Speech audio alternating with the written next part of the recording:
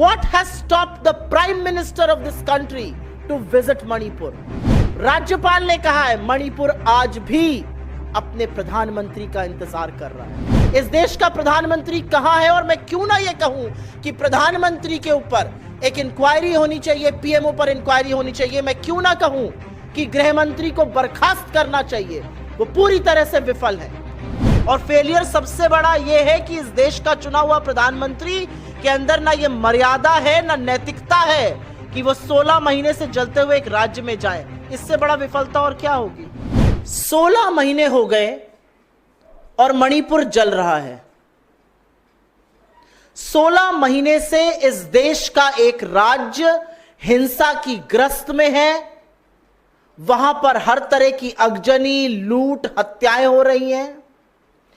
16 महीने से जलते हुए मणिपुर में अब एक नई तरह की हिंसा भड़क उठी है।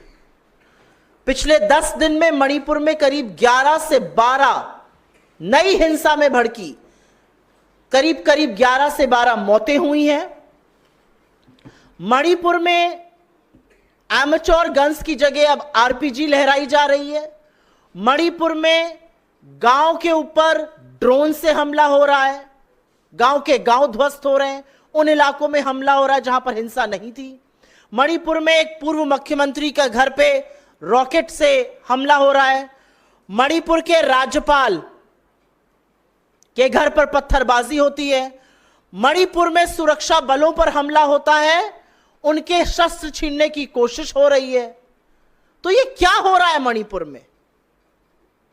मणिपुर में इंटरनेट बैन कर दिया जाता है।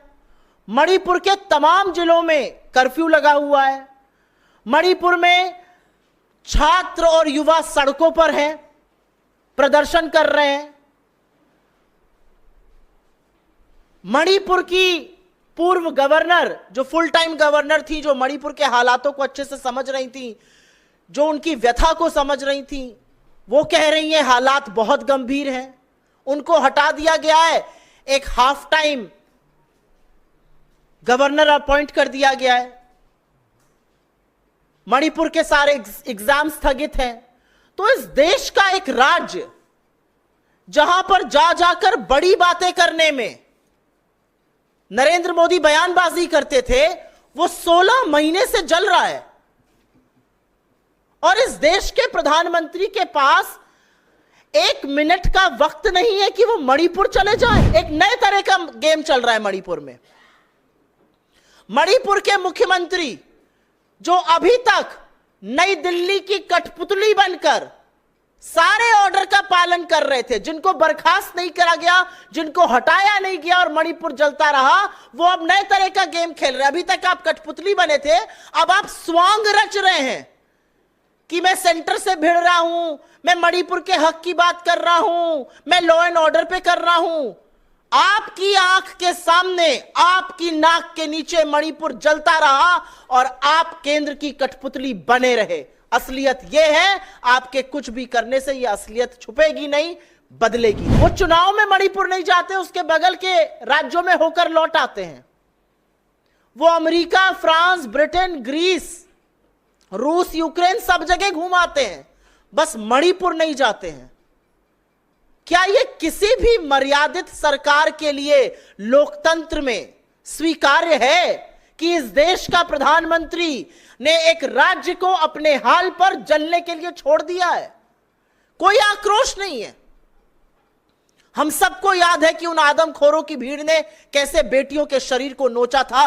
76 दिन तक वो वीडियो बाहर नहीं आया था। जब आया तो नरेंद्र मोदी 36 सेकंड के लिए बोले थे। हम भूले नहीं उन बातों को। एक मिनट का वक्त नहीं है। और मैं आपके जैसे प्रबुद्ध मीडिया के साथियों से यह पूछना चाहती हूं, भाजपा के प्रवक्ताओं से पूछना चाहती हूं, सांसदों से पूछना चाहती हूं, मंत्रियों से पूछना चाहती हूं, बीजेपी के ट्रोल इकोसिस्टम से पूछना चाहती हूं। किसी और देश में हिंसा भड़कती है तो आपकी रातों की नींद खत्म हो जाती है। आपके देश का एक राज्य मणिपुर, 60 से 65 हजार महिलाएं और बच्चे आज की तारीख में भी विस्थापित हैं। कौन जवाबदेह है? Who is answerable? यह सवाल है अपने आप में। ये सिर्फ विदेश नीति का नहीं, ये हर स्तर पर सरकार के फेलियर का मामला है। और ये फेलियर और ये विफलता सबसे पहले केंद्र सरकार की है। इतनी हाई टेक्नोलॉजी वाले हथियार कहां से आ रहे हैं, ड्रोन कहां से हमला कर रहे हैं, रॉकेट कहां से लॉन्च हो रहे हैं, आज आरपीजी हर हाथ में है मणिपुर के, कहां से आ रही है ये सिर्फ सुरक्षा व्यवस्था का फेलियर नहीं है लॉ एंड ऑर्डर का स्टेट में, ये होम मिनिस्ट्री का, ये डिफेंस फोर्सेस का और ये प्रधानमंत्री का फेलियर है।